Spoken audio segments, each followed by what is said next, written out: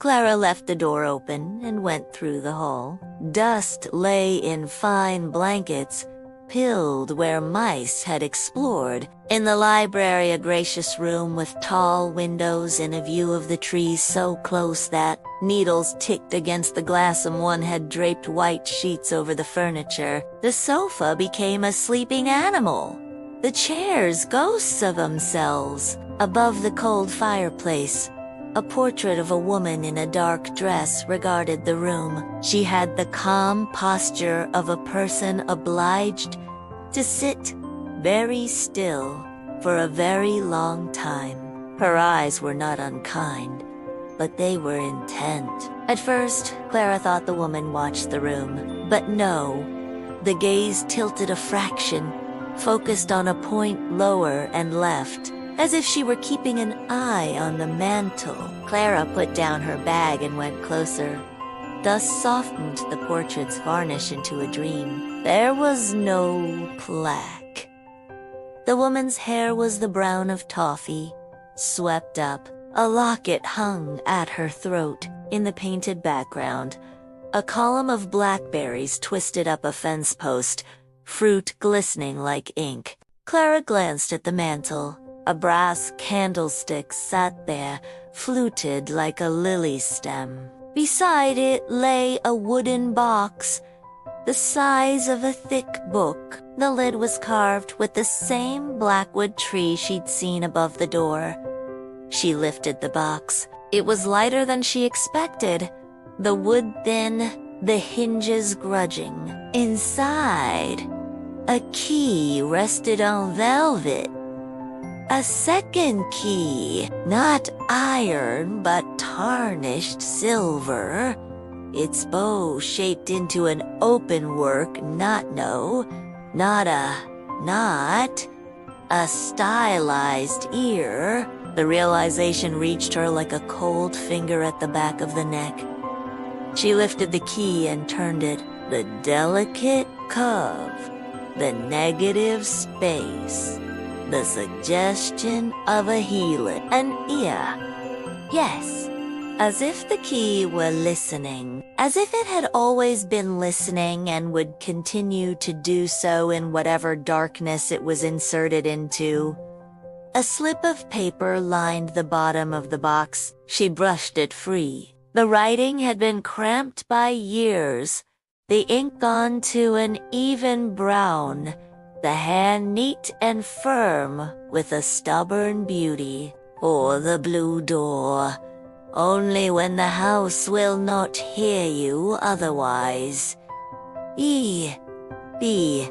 Clara lifted her eyes to the portrait. You, she thought.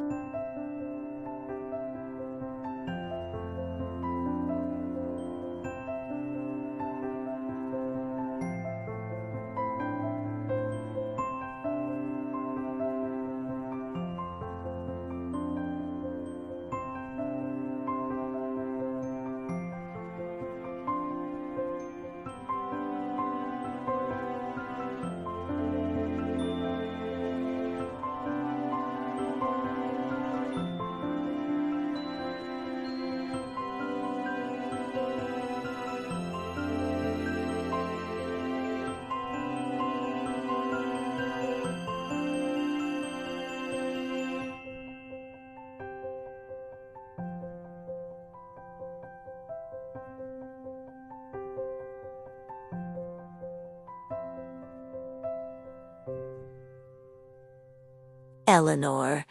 The signature was a loop and a spine, old-fashioned, offering no further clues. The woman gazed into the room that was her world, keeping her quiet watch. Blue door, Clara said aloud.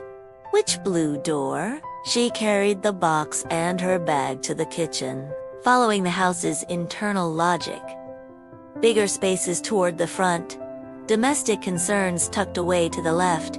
The kitchen had a stone sink deep enough to wash a child in, a butcher's table scarred by decades of chopping, and a row of blue painted cabinets.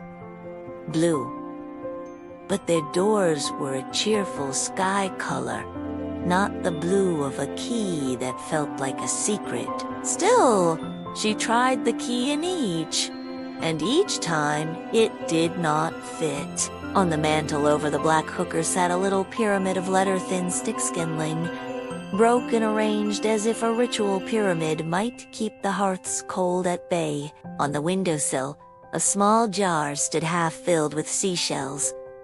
Little world homes for lost voices. She set water to boil and found a tin of tea from a century ago, unopened. When she pried it, the papered lid tore like the skin on milk. The tea smelled faintly of oranges and dust. She brewed a cup, because normality was sometimes a trick you had to play on a place until it allowed itself to be normal. As she drank, she leafed through the papers that Miss Harrow had sent with the key and the letter. There were deeds, of course, and the ordinary solemnities of death. Your great-aunt, Beatrice Blackwood, without issue, leaves you the estate known as Blackwood Manor and all associated chattels and properties. A sketch of the obligations followed, terse and bureaucratic, like the outlines of a person's shape drawn on sand. Miss Harrow had also included a handwritten note. Dear Miss Wells, your aunt requested that, upon her passing, you be given possession of the manor in full and immediately. She spoke little of family. Of you? She spoke with a clarity I found striking. She listens, your aunt said. She will hear the house. If, upon inspection, you wish to decline, we can set about the process of placing the manor in trust and disposing of certain movable assets to cover the cost of long-term preservation. However, I hope you will visit first. If you require accommodation in the village, Mrs. Baird keeps rooms. Mention my name and your aunt's. The Bairds will be kind. Regards, Martha Harrow, solicitor. P.S. Please do not wind the hall clock. There was an incident many years ago. The matter is settled, but not forgotten. Clara felt the uncanny marriage of Agnes and Harrow both warning her about the clock. She pictured Beatrice anew to her beyond the idea of a stern silhouette against a window and tried to imagine the woman asking for a stranger's keepsake. She listens. She will hear the house. Clara finished the tea, washed the cup, set it upside down on a linen towel. She checked her phone. No signal, of course. The battery was healthy and the screen glowed with the mocking assurance of a connected world that was, in fact, nowhere near here. She moved through the rooms, opening shutters, pulling dust sheets, letting the house rearrange itself at the edges of her sight. There was a sitting room with striped wallpaper and a marble-topped table where the rings of too many glasses had traced a pattern like moons in varying phases. A morning room lined with pale green paint, faded where the sun had frequently fallen. A study where the desk wore a cataract of paper, lists of coal, repairs to the roofline. The appointment missed and rescheduled twice with a mason named Hugh Turner. In a drawer, she found a photograph of a group of men posed in front of scaffolding, their caps at a slight angle, faces glazed with pride. Someone Beatrice had circled one man and written, in that same stubborn, neat hand, "Honest?" She climbed the stairs to the gallery. Below, The whole clock's brass faced the late light and held it. 2:17 had a way of looking more like a secret when you saw it from above. At the gallery's end, a corridor branched. The floorboards complained with the voices of boards everywhere. One door was painted blue. Clara stopped. It was not a cheerful blue, nor the sky blue of the kitchen cabinets. It was the blue of deep water observed from above, the blue of bruise. The paint had been applied long ago in a patient, careful hand that had not bothered with the triumph of a second coat. Brushstrokes, fixed like fossils. She touched the surface. The paint was dry, not tacky. At the door's center, the keyhole was rimmed in a tarnish that matched the key's dim sheen in her pocket. She listened. The manor ticked and sighed. A window somewhere complained in a gust. From the woods, a rook threw a commented evening. Inside the blue door, there was no sound at all. Silence is not absence. Silence is pressure. She felt it then, the way you feel a storm that has not yet arrived. For the blue door, Clara said softly, only when the house will not hear you otherwise. Otherwise. She did not put the key in the lock. Not yet. Instead, she tried the door gently. It did not move. The lock sketched a single note under her hand.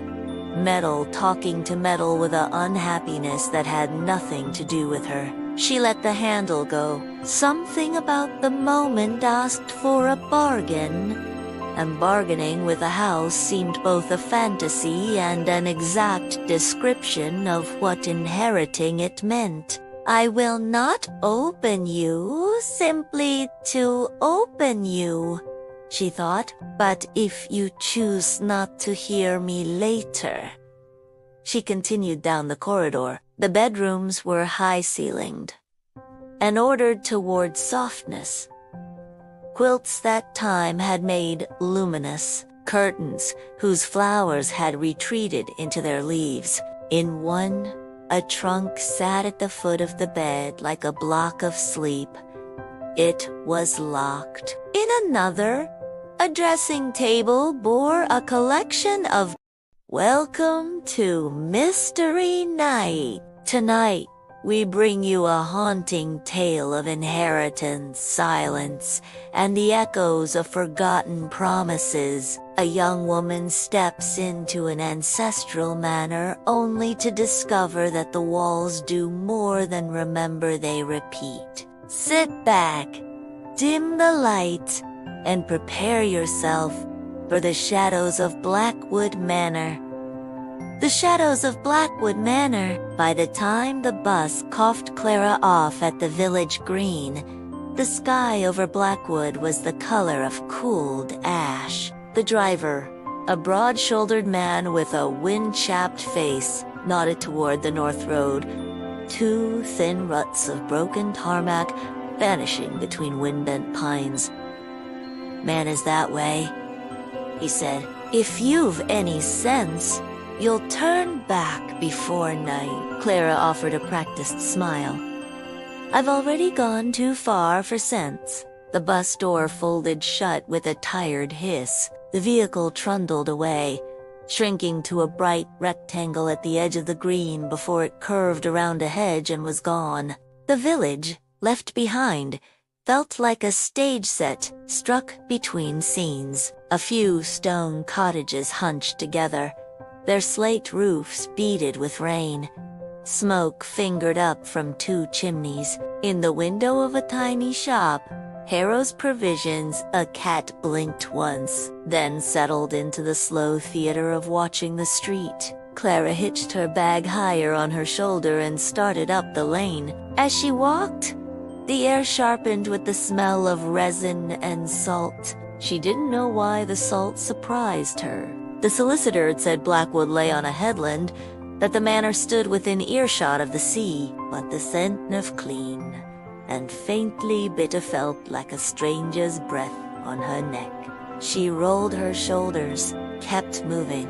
The road rose gently, bordered by a dry stone wall that buckled and bowed, as if attempting to remember the exact shape of its own collapse. A rook drifted from the trees and perched on a gatepost just ahead, cocking its head. Its eye looked like a glossy seed. For a moment, Clara thought of her old studio in the city-white walls. A table by the window, an easel permanently tilted at an angle that had always made her think of listening. She'd painted birds there once, a whole series. Wings, eyes, the suggestion of tension mid-flight. She had not painted in months. At a bend, a woman stepped out from a copse of willow, dragging a rope-tethered goat. The woman wore a wool skirt the color of peat and a sweater buttoned all the way to the throat. Her hands were cracked as old pottery. She squinted at Clara, then at the bag. "You're Beatrice's?" the woman asked.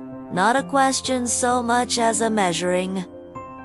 "Her grandniece," Clara said. "I'm Clara." The woman touched her temple. "A salute, or a benediction?" Agnes bared. "I keep the inn. Such as it is, you'll have had your letter from Miss Clara nodded. Miss Harrow's letter had been precise, almost clinically so. A death, an inheritance, a property with accompanying obligations, and a key pressed into the paper like an extra punctuation mark. The key was heavy and old-fashioned, a dark, iron thing with ornamentation that looked like a knot of thorns. Clara had turned it in her hand and thought, "Of course the key to an ancestral manor is a—" but we're only old truths, wearing threadbare coats. "You'll go up before dark," Agnes said. "Best to look at it while the lights honest. I plan to." Clara hesitated. "Did you know my great-aunt well?" Agnes's mouth tightened, "As well as anyone did."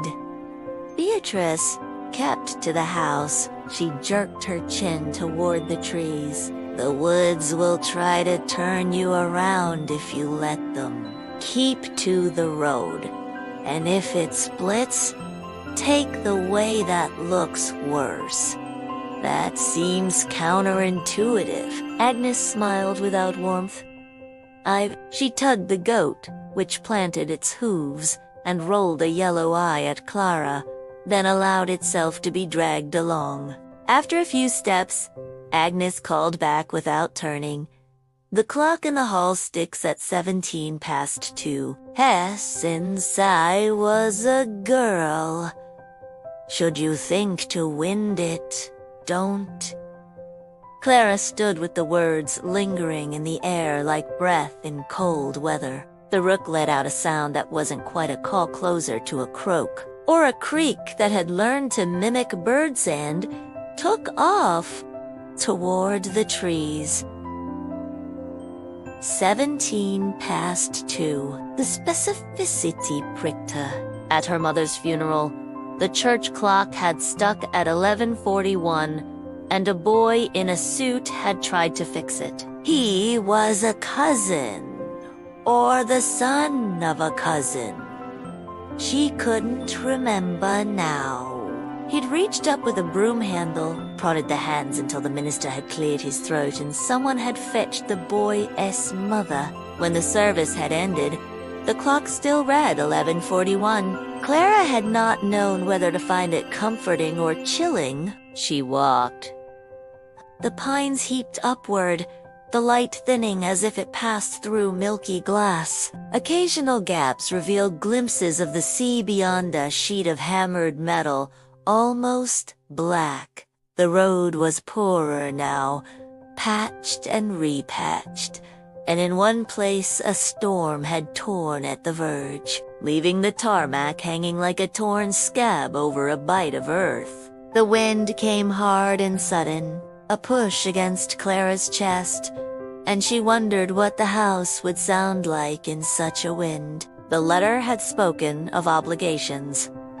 Roofs needed tending. Walls, she imagined, needed listening to. When the manna presented itself, it did not do so all at once. First, a gatehouse appeared roofless, ivy-lush, then a iron gate snagged with nettles. Then, as she passed through, the house itself, a long, low facada of dark stone, stippled with lichen, windows set in shallow arches like tired eyes. The central door was double and old, its wood scored by a map of ancient cuts, as if someone had kept a ledger with a knife. Above the door, a pediment carried the weather-softened relief of a tria Blackwood, she thought. Although she could not have said how one recognized it, the symbol repeated on the letterhead of Miss Harrow's stationery. The same stylized twisting trunk. Clara set her bag on the step and drew out the key. For a second only that she felt another weight in the bag, another key. The sensation was so real she almost looked, but of course, there was only the one. A fancy iron cloud stamped with history. Too big for a pocket. She fitted it to the right-hand lock.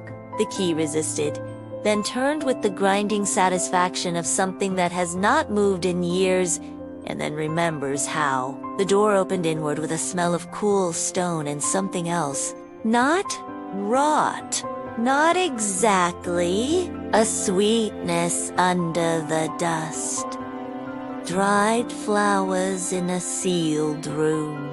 The entry hall reached upward 2 stories to a gallery. The floor was a chessboard of black and cream tiles, dulled to wax by time. On the far wall, encircled by frames of gold and black, watched the portraits. Clara counted 5, then lost track because 2 were paired, husband and wife perhaps, and 3 were singular, and one of those had been turned to the wall. At the hall's center stood an 8-foot clock with a brass face etched in vines.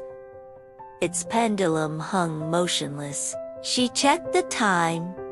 2:17. Clara lifted her hand toward the glass, then let it dangle again. "Don't," Agnes had said. There was something childish and tempting in the word, like being told not to touch the cake. The clock's minute hand was fat-leaved, as if it had sprouted from the dial. She fought the itch to press a finger to the glass until the sensation passed. "Hello?" Her voice sounded small in the hall. "I'm well. Obviously, you know who I am." A ridiculous habit, announcing herself to empty rooms, but the house took the sound of her voice and carried it delicately upward, set it down among the beams, and gave it back as the softest of echoes.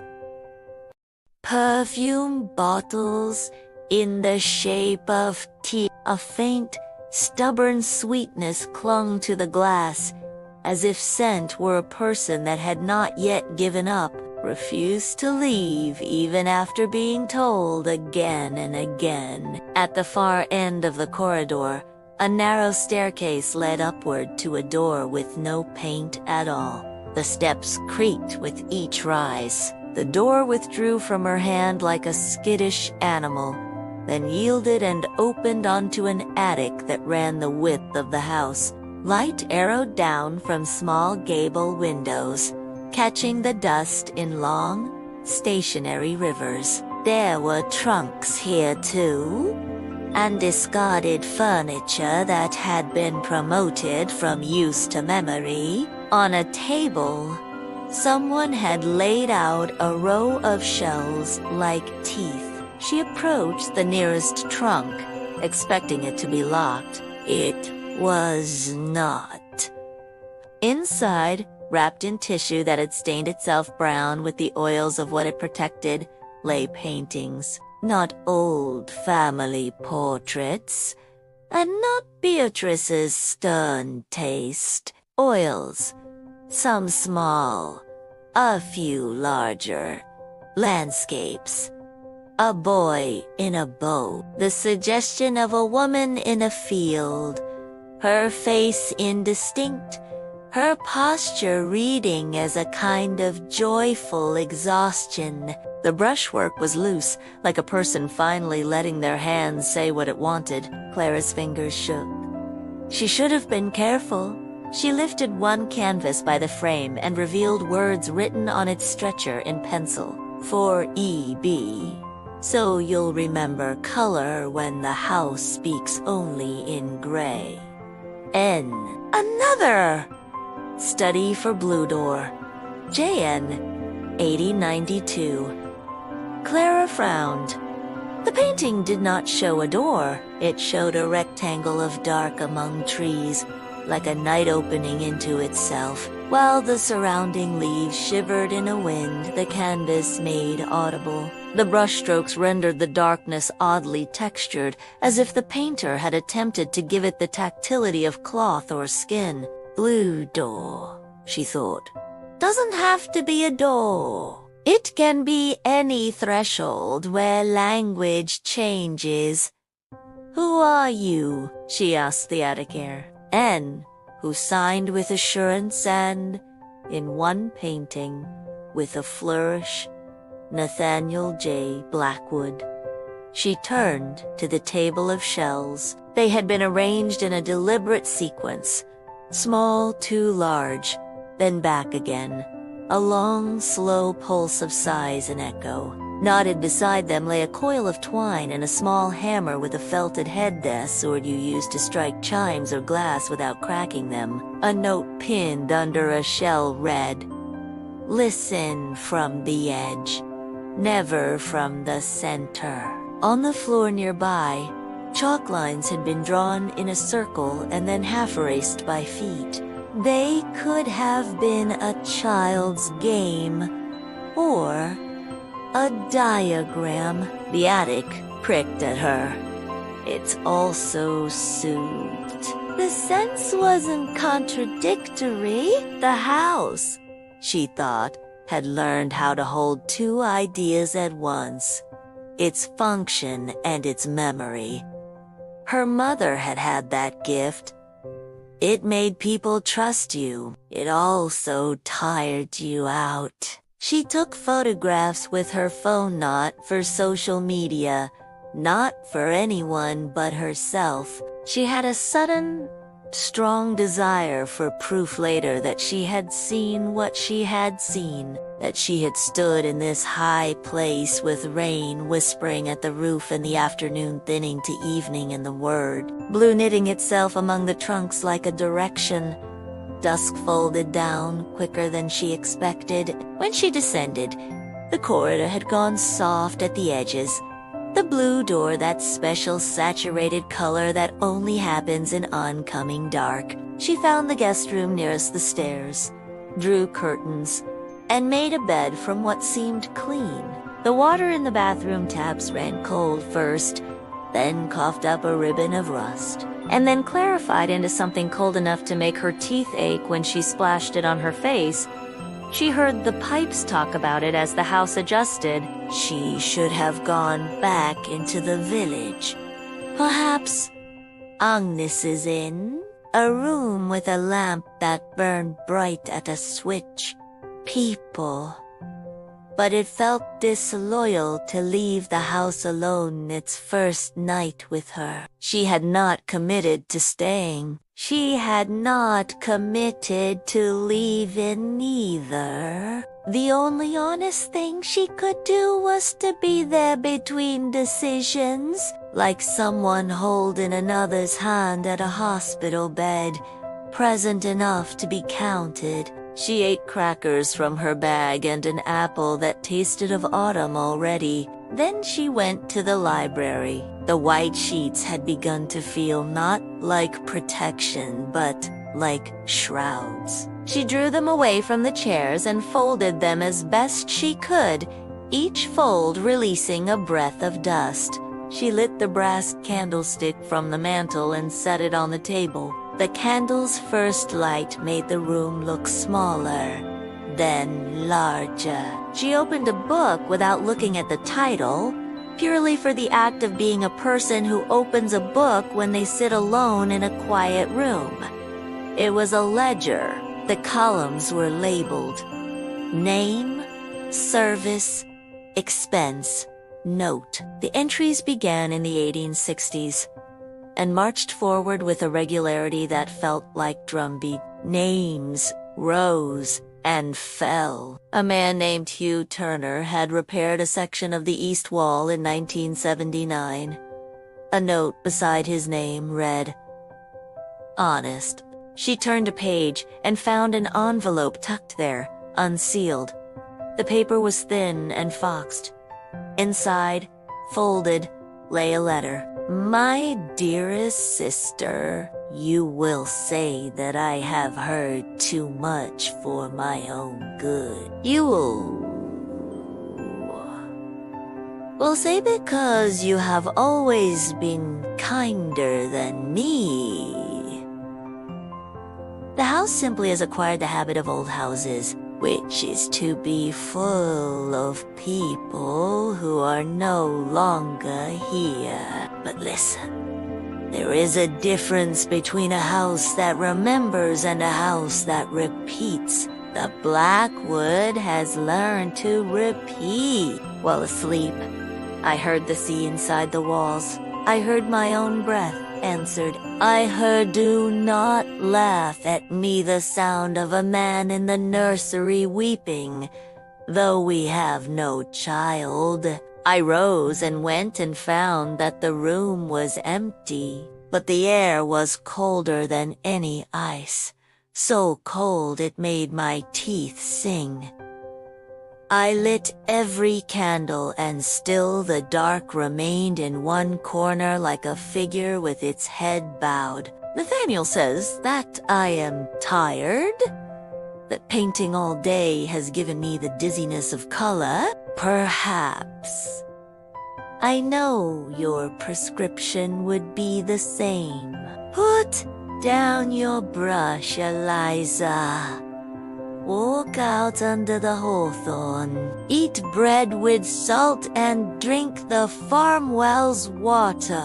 But I cannot put down the brush. It is the only way I have to answer the house in its own tongue. We have taken to calling that corner the Blue Door, though it is not one. And now we have an actual one, painted after to make ourselves braver. Forgive me.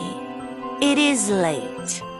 The clock has stopped again at 2:17. I will not wind it. The last time, the house said something back. La vie. Clara read the letter twice. The hair on her forearm stood up. A foolish, honest reaction she could not help. She folded the letter and did not put it back. She kept it beside the candlestick, as if proximity would allow the words to give up one more secret thought in their sleep. The fireless grate reflected the candle's light back at her. The portrait watched. Outside, the wind reminded itself how to push at old glass. She heard it then, a small, deliberate sound. Not a creak, which is wood talking to itself. Not the burble of settling air. A knock, soft as a fingertip might produce, traveling down from above as if down a rope. Clara set the ledger aside. she said again, but this time not to introduce herself, to ask a question. E. The knock came once more. From the gallery? She took the candle and went into the hall. The clock wore its time like a stubborn grin. The portraits kept their graveside faces, the turned one offering only its canvas back. She put her foot on the first stair. It made a noise that said, "Foot would wait." She climbed. At the top, the corridor waited, long and straight and blue anchored. She did not look at the blue door, which was to say, she looked only in the sense that the way you avoid looking is a looking that contains itself. The knock had been small. She listened for it again, and did not hear it. Her candle sent shapes across the wall, harmless as shapes in a child's book, and then a draft, cold enough to pinch the throat. She followed it, because this is what you do when you have no idea what else to do, and pretending you are not afraid will not make it so. The draft came from the library end of the corridor. She stepped back toward the gallery, into the library, and saw what she had missed before. A hairline crack in the wood of the bookcase that did not belong to the grain. It ran along the vertical of a shelf and then disappeared behind a line of cloth-spine volumes titled, with a sculptor's humor, The History of Doors. Clara set the candle on the table and pushed her fingers into the crack.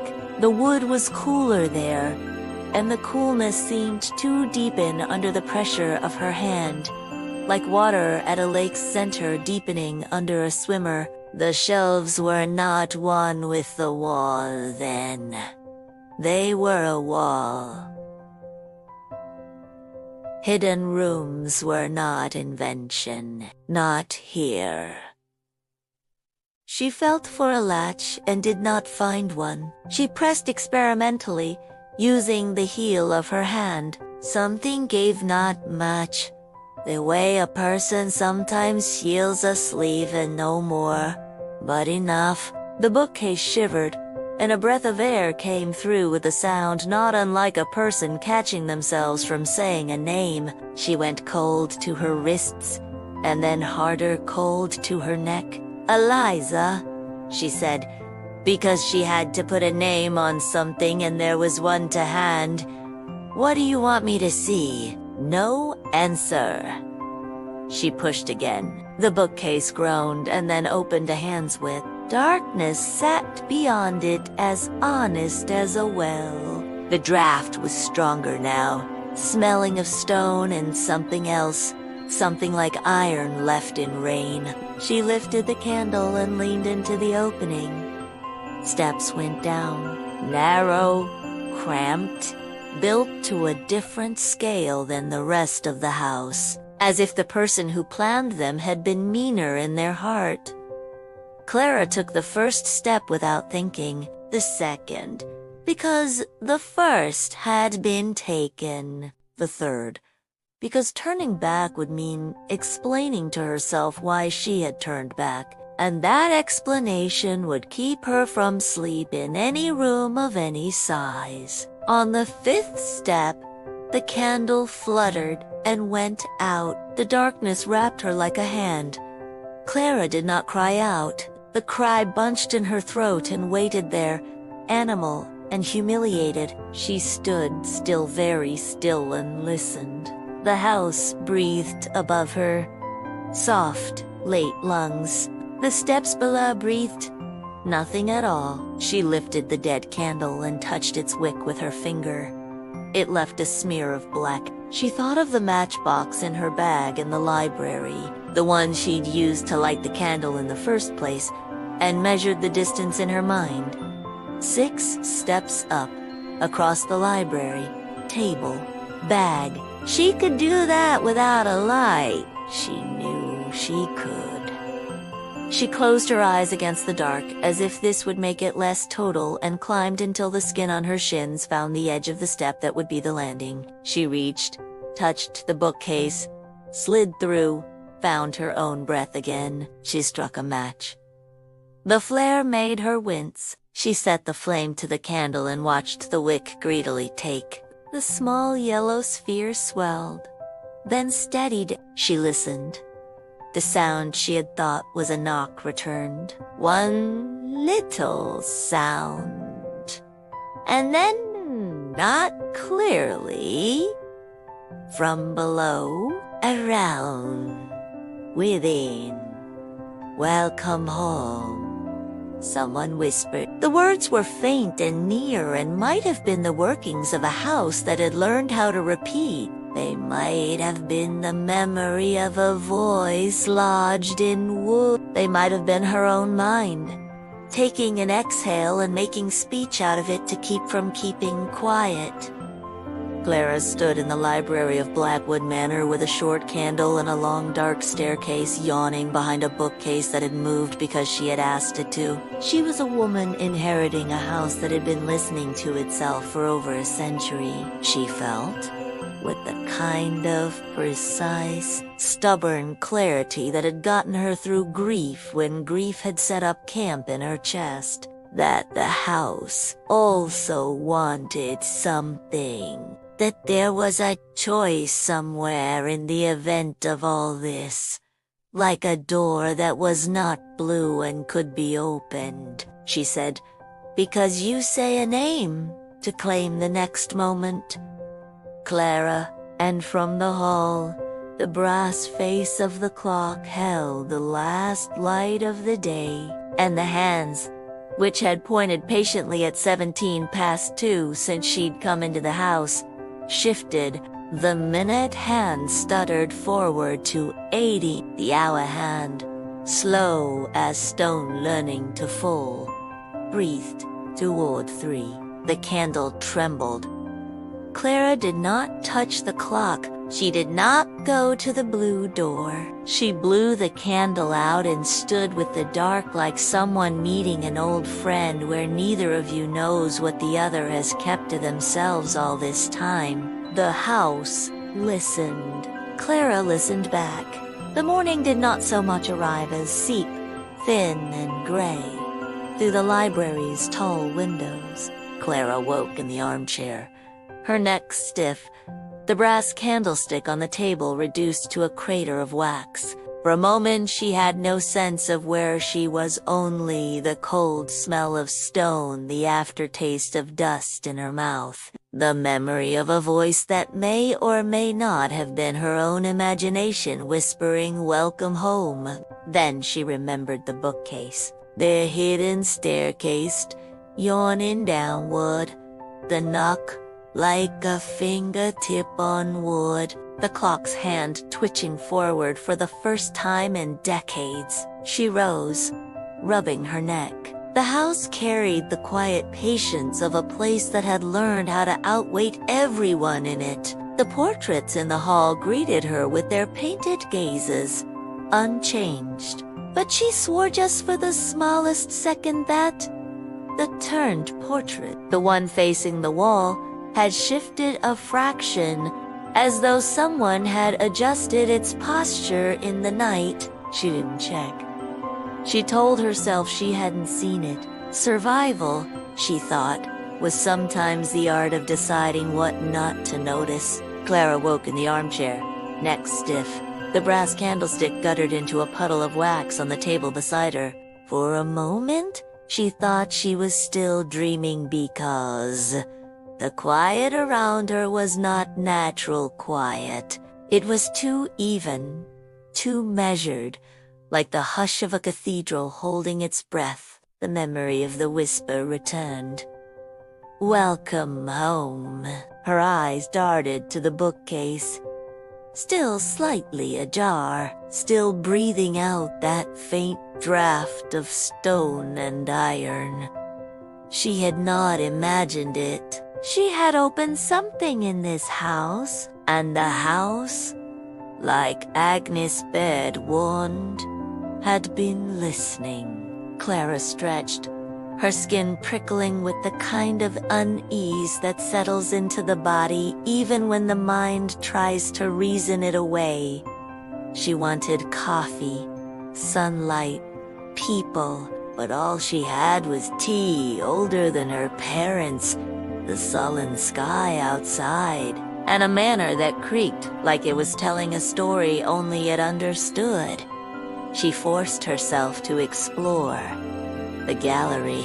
The hall clock still read to 18. That unsettled her more than if it had leaped forward to the correct time. It meant something had nudged it, but only an inch, as if the house were teasing her. She climbed the gallery stairs again. The portraits regarded her with their oil-dark eyes, and the blue door waited in its bruised paint at the end of the corridor. She didn't dare touch it, though the silver key weighed heavy in her pocket. Instead, she turned toward the other bedrooms. One chamber smelled faintly of lavender, the sheets brittle with age. Another was lined with shelves of children's books, their spines sun-bleached and cracked. A rocking horse leaned in the corner, its painted grin chipped into something feral. When she touched it, it swayed once and then stopped too abruptly, like an unseen hand had steadied it. Clara backed out, pulling the door shut. The journal. In the third bedroom, she found a desk. The top drawer stuck but yielded after a firm tug, revealing a stack of notebooks bound in leather. She opened one. May 4th, 1892. The house repeats. Nathaniel says, "I dream," but he does not hear it. The same steps on the stair. The same cough in the library. The same cry sharp, sudden always, at the same hour. If it is memory, it is too precise. Memory blurs. This does not. Clara flipped forward. June 19th, 1892. The blue door remains locked. I hear it sometimes in the night. A whisper like silk tearing. I have hidden the key. If I fail to keep my wits, let the one who follows me beware. Her heart quickened. This had to be Eliza Blackwood's hand. Neat, firm, stubborn, the same as the letter she found. She rifled through the other notebooks, pages filled with entries, some coherent, some collapsing into scrawls. One page was nothing but the words, "IT does not forget. IT does not forgive. IT repeats." The phrase written 20 times, ink blotted deep into the paper. Clara slammed the notebook shut. The knock. That was when she heard it again. The knock. Not from the hidden stair this time. From the blue door. 3 soft raps. Deliberate. Patient. Her blood turned cold. She clutched the silver key in her pocket, resisting the pull to use it. The words from the box echoed in her skull. For the blue door. Only when the house will not hear you otherwise. Well, I hear you, she whispered hoarsely. I hear you just fine. The knocking stopped. But when she turned to retreat down the corridor, every portrait along the wall seemed to watch her back.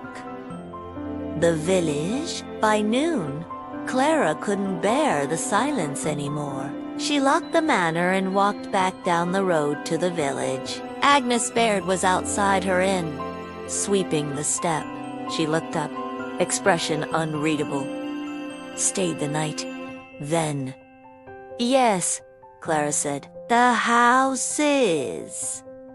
It's strange. Strange houses for strange families, Agnes muttered. Best to mind what it says. Better still not to listen at all. Clara almost laughed.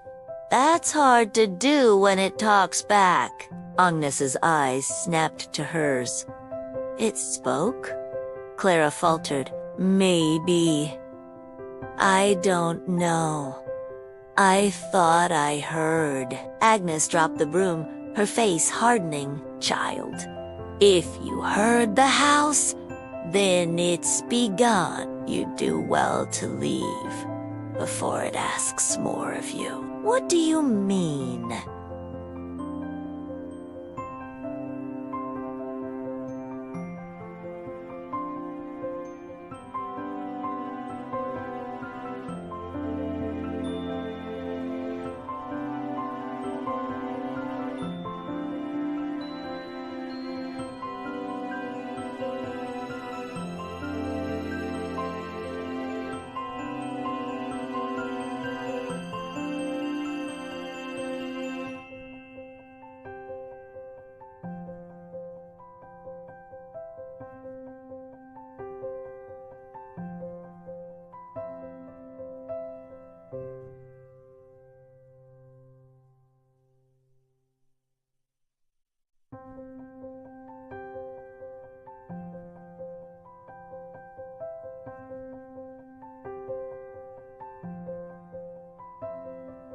Rooms here are cheaper than roofs falling on your head.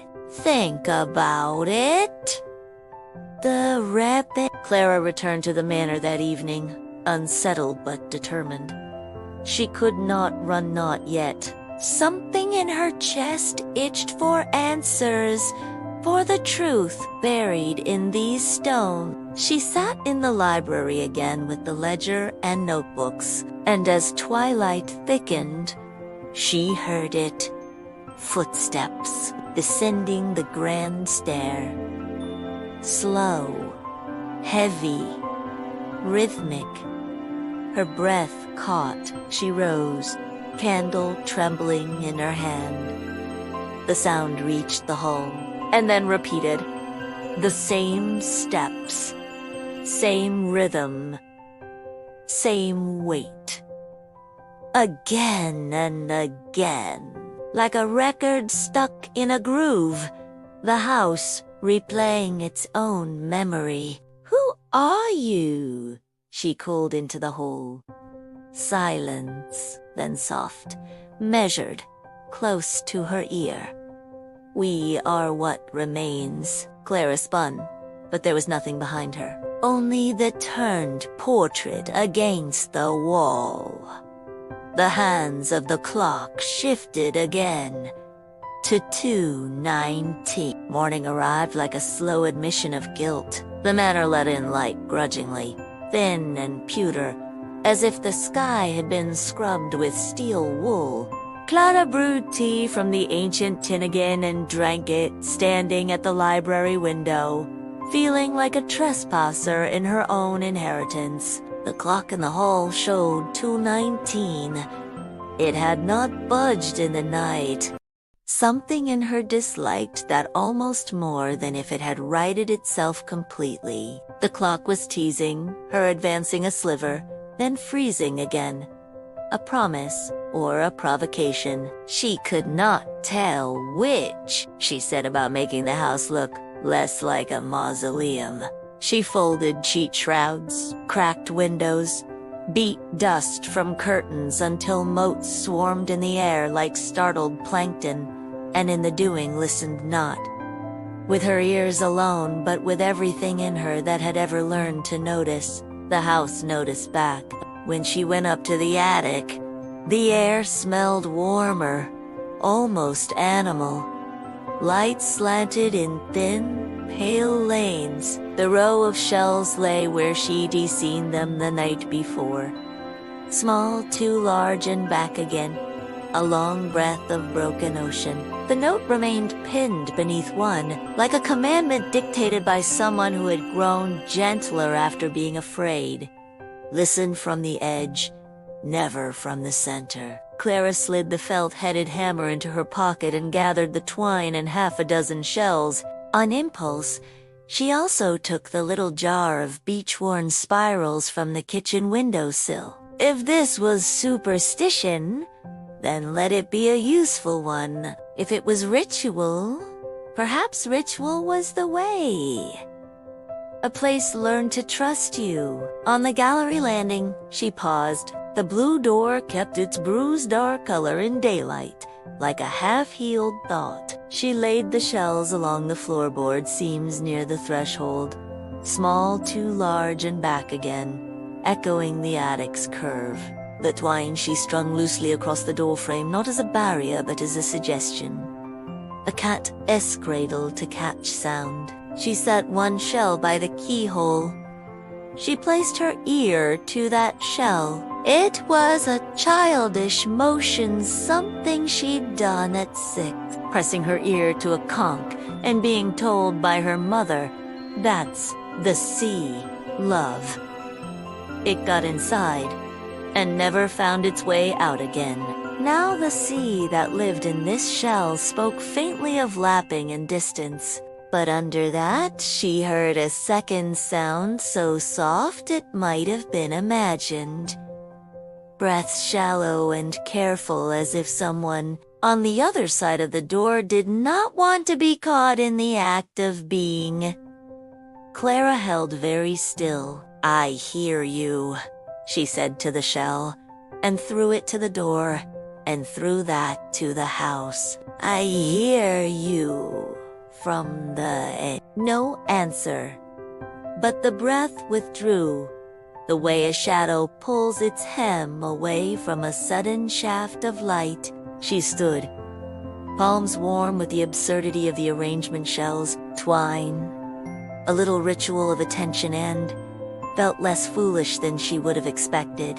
If the house was going to be strange, she could be strange right back. She went to the children's room, the one with the rocking horse that had stopped too abruptly the day before. She approached it sideways, not head-on, as if she were visiting a horse in a real field and did not wish to spook it. The edges, she reminded herself. Listen from the edge. "Hello," she told the horse. "I'm not here to take anything away from you. If you want me to go, I'll go." The horse had a painted bridle, red cracked to dull rust. The tail had been made from real hair, dulled by decades of air. On the windowsill, a small army of tin soldiers kept post, their faces blobs of old paint with heroic intentions. A book lay askew on the floor, the sort that attempted to make virtues of obedience and bedtime. When she bent to pick it up, something clicked underfoot. She felt the head of a nail through the floorboard. No, not a nail. The round of a button. She nudged it with a fingernail. The button popped free, granting a finger-width gap between two boards. She widened it, careful. Inside the sliver of cavity lay a folded scrap of muslin. She teased it out. Stitched across it, in a child's ragged hand, were crooked letters that wanted to be a sentence. "Mama says no more to the clock." The thread had faded to Tyrone. Clara could smell faint salt, dust, and the ghost of soap. She turned the fabric over. On the back, someone older, Fema had stitched 3 straight black lines, close together, then a single line off to the side. It looked like an answer to an arithmetic. The child had not asked.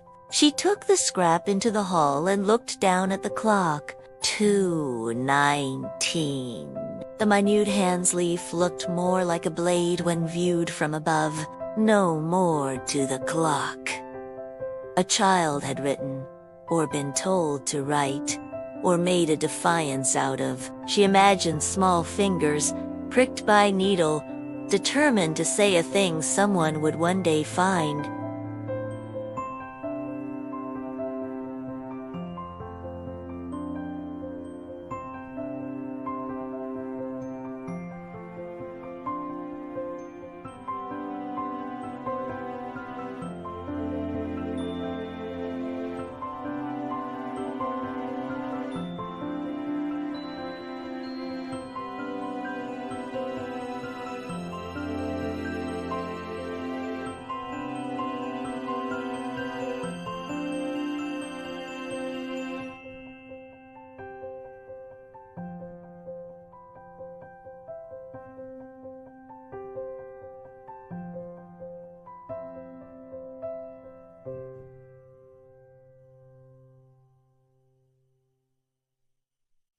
there. She did not yet know if she was collecting a story or letting the story collect her. Back in the library, she put the felt hammer gently to the edge of the fireplace grate and tapped. The metal sang a dull note. She tapped again, moving around the perimeter. In one spot, the sound changed, hollowed, like a word's meaning falling away to reveal its bones. She set a shell there, cupped side up, and tapped it lightly. The shell's small body turned that dull note into something more complicated, a triangulation of sound. She felt, rather than heard, the way it drew resonance along the floor, toward the bookcase, into the seam that had opened the night before. She pulled on the shelves. This time they gave without sulk, as if she had pronounced the password. The cool breath of stone met her face. She took the candle and matchbox from the table, lit the wick, and started down. The staircase was steeper than she'd remembered, the treads shallow, the rise short. Whoever built it had not expected comfort. On the fourth step, a beetle clicked away to avoid the light. On the seventh, she put her palm to the wall and felt, unmistakably, a vibration under the stone. Not mechanical, not electrical. A living tremor? A pulse. She could not say whose. The stairs ended in a short corridor of rough-cut stone. The air held the metallic damp of a cellar and, beneath that, the ache of old smoke. The corridor turned left and opened into a low room where time had been neatly arranged on a table. Clara stood with the candle held high and recognized without needing to be told. A phonograph, antique. Even in the era when her great-aunt would have been young, its horn dented like a trumpet that had seen too many weddings. Beside it lay a row of wax cylinders in cardboard slip, each labeled in the tidy hand of a person who believed in the civility of archives. East wall, October rain. Attic, midnight. Nursery, after the cough. One, at the end of the row, had a label written in a different hand looser. Impatient, a little dangerous. Blue door refusal. She set her candle in a glass and lifted the first cylinder. Dust whispered. She fitted the cylinder over the phonograph's mandrel, cranked the spring, set the needle with the delicacy of a surgeon, and lowered the horn. Static, then and above the static crane, laced and intricate, the kind of rain that doesn't so much fall as persuading everything it touches to consider being water. The sound kicked her back in time 2 nights in her own bed in the city, counting beats to fall asleep, tracing anxiety along the plaster cracks. But it wasn't her memory. The room on the cylinder had a different shape. The rain's echo told her so. After a minute, the recording crackled out. She tried another attic. Midnight. This one held long silences broken by a sound like someone rubbing a thumb and finger together beside the horn, thinking, then a woman's voice, the old wax compressing her into a breathy impatience. You must not listen from this ender, Nathaniel. Remember the shells. It isn't what you hear. It's whether it acknowledges that you have heard. Clara's heart stuttered. Eliza Blackwood's voice, or a voice that wanted to be hers, because Clara wanted it so badly to be hers, had the blunt tenderness of someone who had learned too late. That kindness is not always soft. The cylinder ended with a small scrape, as if the speaker had touched a fingernail to the horn in affection. Clara sat in the one chair the room offered plain wood, square as a decision, and chose the third cylinder. Nursery, after the cough. The title pulled at her. She did not ask why. She said it. Wounde listened. A child coughed. The sound was not musical or eerie. It was human and raw, like a small body trying to expel a thorn that had made a home in a soft throat. A woman made a comforting sound there. There, but not in words. Something older than words, than a man, very softly. 2:16. A pause. 2:16. And then nothing. Not silence, absence, a thing lunging into the room and swallowing the air. The cylinder scratched itself blank. Clara wiped her face with the heel of her hand and found tears.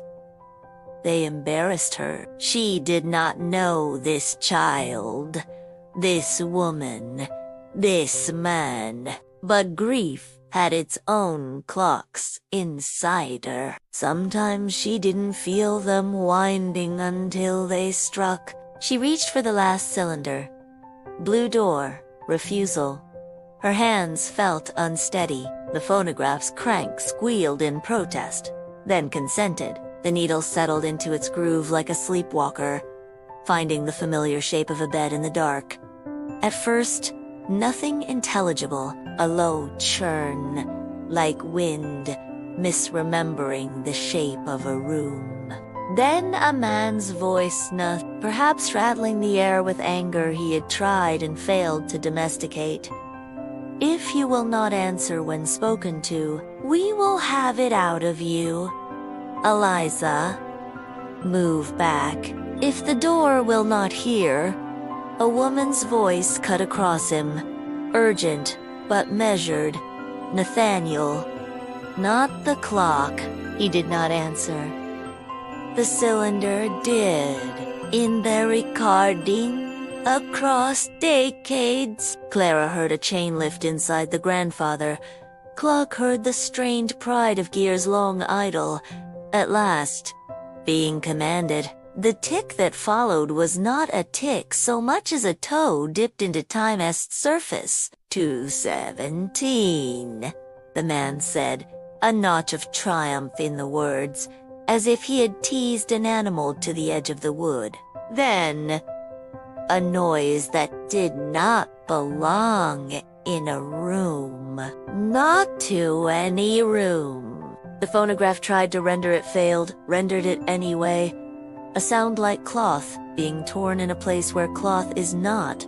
A sound like a word snapping its spine. A sound that found the exact frequency of the human heart. Esther up and strummed it with a smooth, practiced hand. Eliza again. Not measured now. Nathaniel. Out of the horn came the smallest voice, as if a child had pressed their mouth to the blue door-esque keyhole from the other side. I am repeating. The cylinder ended because it could not continue. Clara sat with her palm on her sternum, as if that might quiet the animal there. She did not know how long she remained like that. The candle had burned low, and the room had grown smaller. She set the cylinders gently back in their row 1, 2, 3. 4 and climbed to the library with the carefulness of someone who did not want to wake a sleeping house. In the hole, the clock still read 2:19. She could not tell if the knowledge that winding it might draw the house toward its worst kind of speech made her safer or less so. She pressed her fingers against the silver ear key in her pocket and thought of the cylinder S. Title: Refusal. The house had refused to hear. The clock had been coerced. The house had answered only by making something break. For the blue door, only when the house will not hear you otherwise. Clara said aloud, to the staircase, to the bookcase, to the horse, to the little stitched sentence in her pocket. I'm going to ask you plainly." She stood at the edge of the blue door again. The shells scribed their patient curve. The twine threads trembled slightly in a draft that came from nowhere and anywhere. She put her ear to the shell set by the keyhole. Breath. Close. "Who are you?" she whispered, holding the question at the very edge of speech. The breath steadied. A pause stretched, as if someone on the other side considered the grammar of answering. When the reply came, if reply it was, it seemed too soft to be sound and too definite to be imagination. "We are how a promise sounds after the person who made it is gone." Clara swallowed. "What do you want? To be?"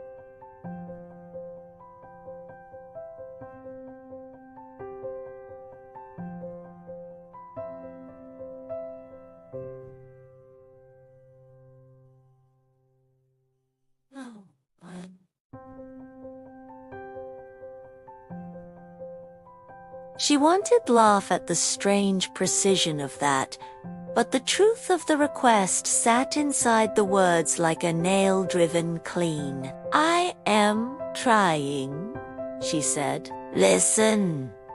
I am trying." A thread of cold unwound itself under the door and crawled across her ankles like a cat seeking approval. She heard, from the library's direction, the delicate scrape of paper lifting from paper, the ledger shifting, perhaps, as if someone had written a name and wanted to turn the page. "Please," she said, surprising herself.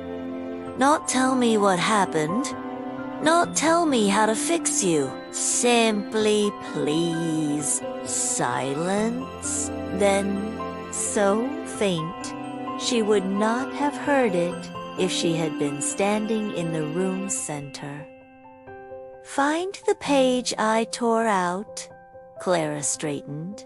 "Where?" "Where I put what I could not stand to see again. Where a person keeps a mirror when they're ashamed of their face." She turned and looked to the only mirror she had noticed, a tall one in the morning room. Its mercury backing foxed into a map of lost continents. She went there now, moved the mirror from the wall and found, yes, a shallow cavity. A letter had been folded and secreted away. The paper had been cut from a ledger. The left edge bore nubs where binding once held it. The ink had bled modestly outward with age. She unfolded it carefully and read, "Name, Hugh Turner. Service, East Wall. Restoration. Expense, £6, 3 shillings. Note, honest. Brought the boy down and would not be paid." A second hand had added a line below, at a later date. The writing was sharper, more controlled, like a person who had discipline shaken into steadiness. He found the boy at the blue door, trying to open it with no key. Said he heard his mother calling. Said she was crying on the other side. 2:17. Clara closed her eyes. The cough. The nursery. The arithmetic of 3 clotheslines and a 4th alone. The kind of tally a child might make, counting something that frightened them. No more to the clock, stitched into muslin, a child's entreaty, or order. She took the page to the library and laid it beside Eliza's letter. She weighed both with the brass candlestick, as if truth could be kept in place that way. From the corner of her eye, she saw movement. The turned portrait had not turned, but the back of it seemed less opaque. That was nonsense. Canvas does not become less canvas, and yet she felt the sensation of being regarded through a veil. The hair on her arms rose and did not subside. She lit the candle again as daylight sloped away. "What is the correct order?" she asked the room. "To remember you in?" The house answered with the smallest possible shift. The clock Esmonette hand clicked toward 2:20 and stopped as if it had, for that one act, exhausted whatever grace it possessed. Clara stood very still. The phonograph S-cylinders had made a kind of shape in her. A woman warning a man insisting, a clock obeying against advice, a child answering when he should have been asleep. She thought of promises and the noise they make when they are kept past the point where keeping them is simple. "If you will not hear me otherwise," she said to the blue door, the frieze tasting both like a threat and a prayer, "I will use the key." The house did not answer except in its usual way. Wood talking to wood, air moving from the idea of one temperature to the reality of another. She took the ear-shaped key from her pocket. It weighed almost nothing. It looked like a contradiction, the bow delicate as lace, the shaft practical, the bit carved into a shape that made her think of a listening instrument disguised as a tool. She held it to the light and saw, faintly etched along the throat, a pattern that could have been decorative. Only when she tilted the key did she realize the pattern was repeating tiny letters in a tight curlicue script. Only when Clara put the key to the lock. It went in with the grand exactitude of a solution. She paused. The shells along the floor caught a draft and chimed a little, each making a noise so small it almost wasn't. Twine trembled. Somewhere inside the walls, water remembered it had once fallen from a sky. "Please," she said again. "Not to be answered, to be permitted." She turned the key. The mechanism within the door did not complain. It moved like a person returning to a long-practiced movement and discovering their body remembered the steps. The lock gave, metal speaking to metal, in a grammar older than the house itself. The breath on the other side gathered itself and did not become a gust, did not become a howl, became a listening. That was the only word for it. She felt listened to. The door opened a hand's width. Cold came through. The smell of salt. A blackness that was not the absence of light, but the presence of something that preferred not to be seen until it was asked properly. Clara pressed her palm flat against the door and held it there, grounding herself. "I am Clara Wells," she said, and her name did not sound like a claim this time so much as an offering. "I won't wind the clock. I won't make you repeat what hurts you. I'm going to step through, and if I am wrong to do it, tell me now." The house breathed in. The clock did not move. In the library, a page turned with the care of a librarian who had long ago learned the cost of tearing. "Very well," Clara said softly. "Edge first." She did not walk through the center of the opening. She moved sideways, shoulder to the jamb, slipping along the margin like a swimmer slipping into winter water where the ice stows in. Tea. Break. If you distribute your weight politely. Beyond the door, the temperature dropped a rung. The room, if room, it was held itself like a kept secret. Her candle's flame drew itself small and then recovered, stubborn.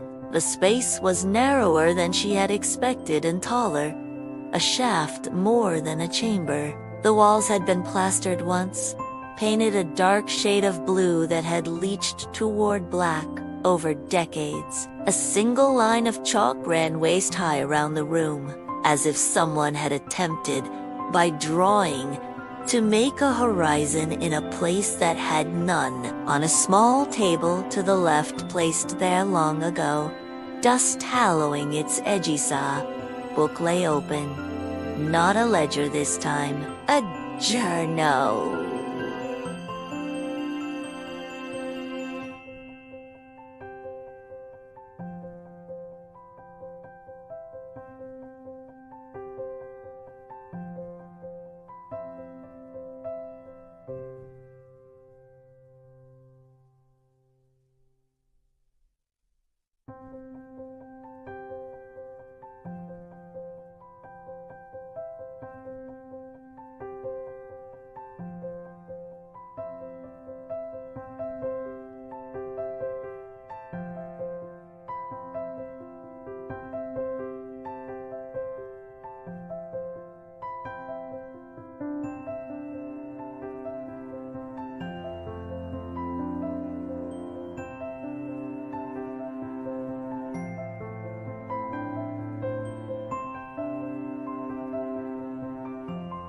The hand was Eliza's, unmistakable now that Clara had heard her voice. The entry had been left half-finished. If the house will not hear the promise, the person must pass into the listening. But the listening remembers what we forget. That a promise is a door, and doors do not always open one way. The line ended there. The sentence did not. Clara touched the page's edge. She did not turn it. She knew what the next page would say without seeing it. The way you sometimes know the shape of a storm by the taste of the air in your mouth. "I'm not here to break you," she told the room. "I'm here to put things where they belong." The listening pressed closer. It did not feel like threat. It felt like need. Clara closed her eyes and did the thing she had always done when she was most afraid. Named 3 true things. "I am standing at the A," she said. "The key is cold in my hand. The clock will not be wound." The dark had an exhale. She waited for a word. A knock. A child's cough. The rattle of chains inside brass. Instead, she heard something she had not realized she'd been waiting to hear until she did. Waves, far below or far away, striking rock and drawing back. Striking, drawing back.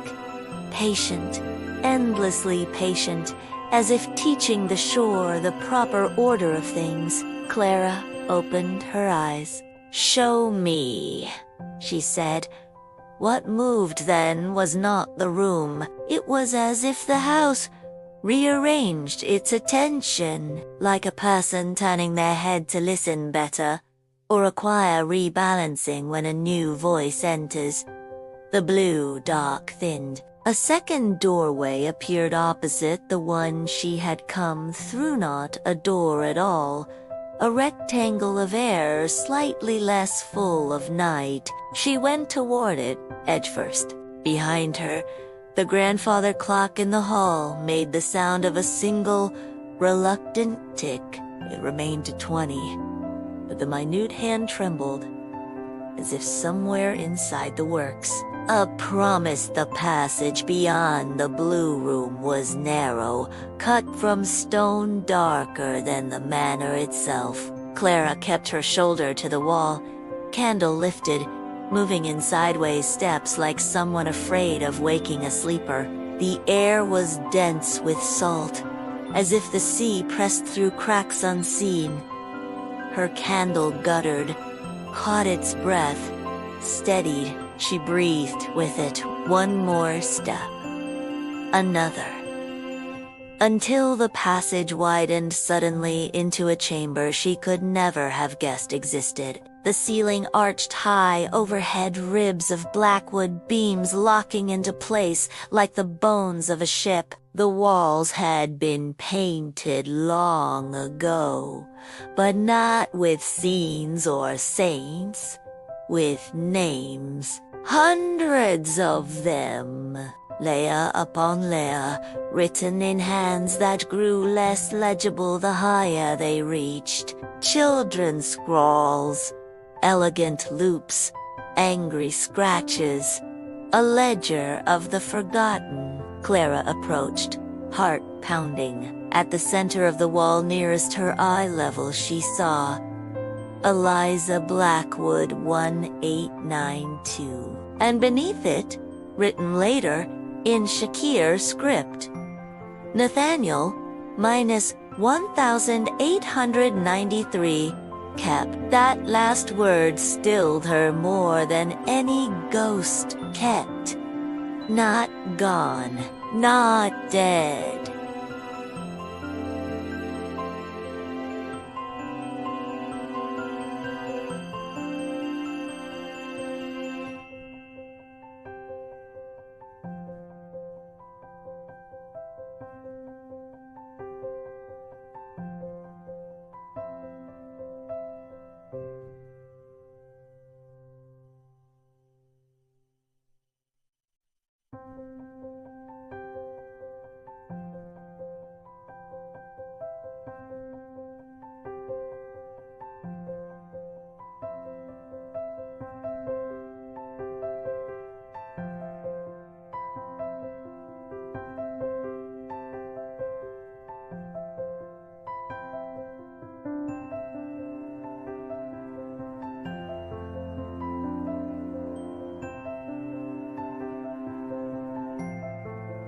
She set the candle on a low shelf and touched the names with her fingertips. The stone felt faintly warm, like skin remembering sun. She found more names, maids, masons, children from the village. Agnes's surname appeared twice, inked a century before the woman herself had been born. The house did not forget. The house repeated. At the far end of the chamber stood a tall mirror, taller than any she had seen in the manor. Its surface was veiled in cloth, but the bottom corner had come loose, revealing mercury glass foxed into shadows. Clara's reflection hovered there, distorted. She reached up and pulled the cloth free. The mirror showed the chamber but altered. The names on the walls were the same, but beside each one flickered a faint outline, like a figure drawn from smoke. Some were small, some stooped, some tall and angular. All were listening. Clara's own reflection was not hers. The face looking back was Eliza's. She staggered, breath sharp. Eliza's lips moved. No sound emerged from the glass, but Clara heard it behind her, as if spoken directly into her ear. "You heard me, yes," Clara whispered. Then the reflection raised its hand, palm outward. Clara mirrored it. The glass was cool, then burning, then not there at all. For one terrible second she thought she would be dragged bodily through the surface into smoke and memory. But the hand that met hers was not hostile. It was desperate. Keep it, Eliza breathed. Keep the promised. Do not let them wind the clock again. Do not let them in. Clara shook her head. Who is them? But the reflection fractured, Eliza's face splitting into ripples. Behind her, Clara glimpsed the shape of the blue door only. This time it was not closed. It swung wide, and beyond it the sea raged, black waves curling upward into a sky without horizon. Figures stood along the surf, waiting. Not corpses, not people. Promises given form. The mirror cracked down the center. Clara stumbled back, clutching the silver key. The names on the walls shuddered, outlines flaring bright and dimming again. The chamber roared, not with sound, but with repetition. Footsteps, the cough, the whisper, the weeping, the knock, the tick of 217, over and over, overlapping, a symphony of what the house had been forced to remember. Clara dropped to her knees, hands over her ears. Stop. I hear you. I hear you all. And just like that, silence fell. The candle burned steadily again. The mirror was whole, the names inert. The chamber waited. Clara rose unsteadily. She understood now. The house was not haunted in the ordinary way. It was burden-stuffed with echoes, forced to replay its own pain because someone had wound time against its will. She pressed her palm against Eliza's name. The stone was warm again. I'll keep it, she promised. No one will touch the clock. No one will wind it. For the first time since her arrival, the house exhaled. The tension in the air loosened. The candle flame leaned toward the passage, as if urging her back. Clara returned through the narrow throat of stone, into the blue room, into the corridor. She closed the door carefully behind her and slid the silver key free. The shells at the threshold lay still. The twine threads no longer trembled. Downstairs, the hall clock waited. 2:20. Its face stubborn. Clara laid the key on the mantel beneath the watching portraits. I'm keeping the promise, she told the house. The clock's pendulum gave a single, quiet swing, then stopped. Epilogue. Clara stayed in Blackwood Manor another week. She explored its rooms, cataloged its history, copied Eliza's journals by hand. Each night, the house grew quieter. The footsteps did not repeat. The cough did not echo. The knock at the blue door faded. On the 7th day, she returned to the village. Agnes Bayard met her with the same unreadable stare. You heard it, Agnes said. Not a question. Yes. And I told it I'd keep the promise. Agnes nodded once, sharply. Then you'll be safe for a time.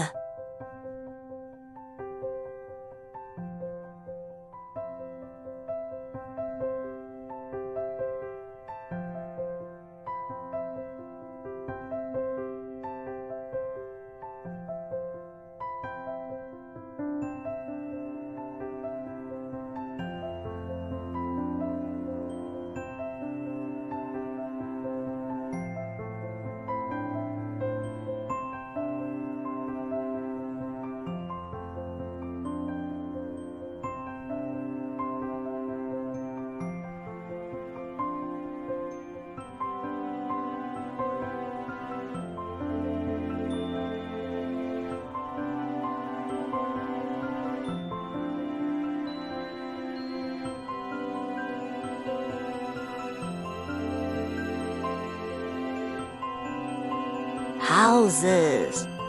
Don't forget, child. They forgive even less, but sometimes they rest. Clara glanced back up the road to where the manor crouched against the horizon like a listening ear. She felt the weight of its silence. Not menacing, but immense. She wondered how long for a time might last. That night, in her rented room at the inn, she dreamt of the hall clock, its hands still frozen at 2:20.